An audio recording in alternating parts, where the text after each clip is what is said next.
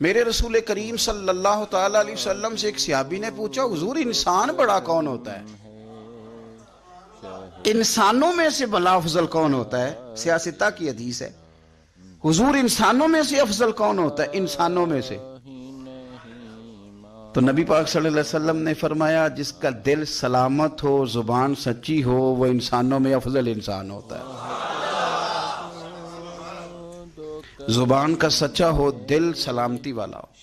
صحابی نے ہمارے ساتھ بڑی نیکی کی، پوچھ لیا کہ یا رسول اللہ صلی اللہ علیہ وسلم یہ زبان کی سچائی تو سمجھ میں آتی ہے، دل کی سلامتی کیا ہے؟ تو حضور نے فرمایا دل کی سلامتی یہ ہے کہ دل میں تکبر نہ ہو، دل میں حسد نہ ہو، دل میں کینہ نہ ہو، دل میں عداوت نہ ہو، کدورت نہ ہو، رب کریم کے بندوں کے بارے میں اس کا دل صاف ہو، زبان سچی ہو، وہ انسانوں میں افضل ترین انسان، وہ ایک بہترین انسان ہے، بہترین